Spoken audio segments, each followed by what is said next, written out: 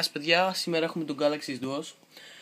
Το πήραμε από το ίντερνετ 150 ευρώ, πολύ καλή τιμή για τόσο καλά χαρακτηριστικά. Λοιπόν, καταρχάς το κινητό είναι με διπλή SIM. Έχει 4 inch οθόνη, 800x480 pixels, 233 ppi 1 ίντσα, 4 GB εσωτερική μνήμη. Να δούμε καταρχάς το πάχος του. Βλέπουμε έτσι και από εδώ πέρα. Από εδώ πέρα είναι φορτιστής του μικρόφωνο. Ωραία.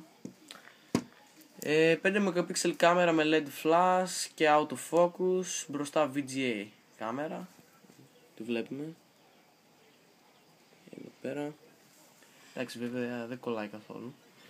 Λοιπόν, τώρα για τις ταχύτητες στο ίντερνετ έχει 3G και HQPA με ταχύτητες λήψης έως 7,2 Mbps.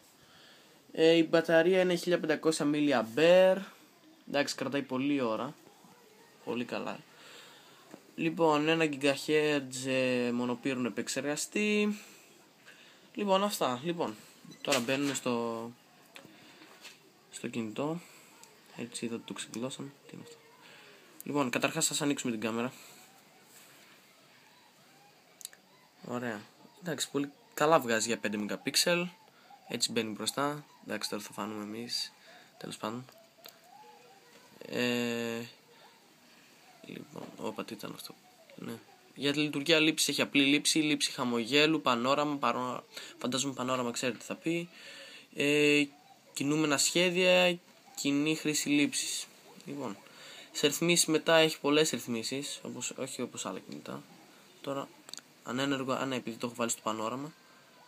Απλή χρήση. Και μετά βγαίνουν κι άλλα.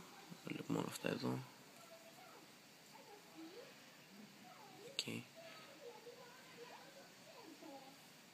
Εδώ πέρα έτσι ανοίγει το flash, αυτόματο. Έτσι μπαίνει το βίντεο, εδώ κάτω. Ωραία. Εντάξει, σκρολάρει πολύ καλά.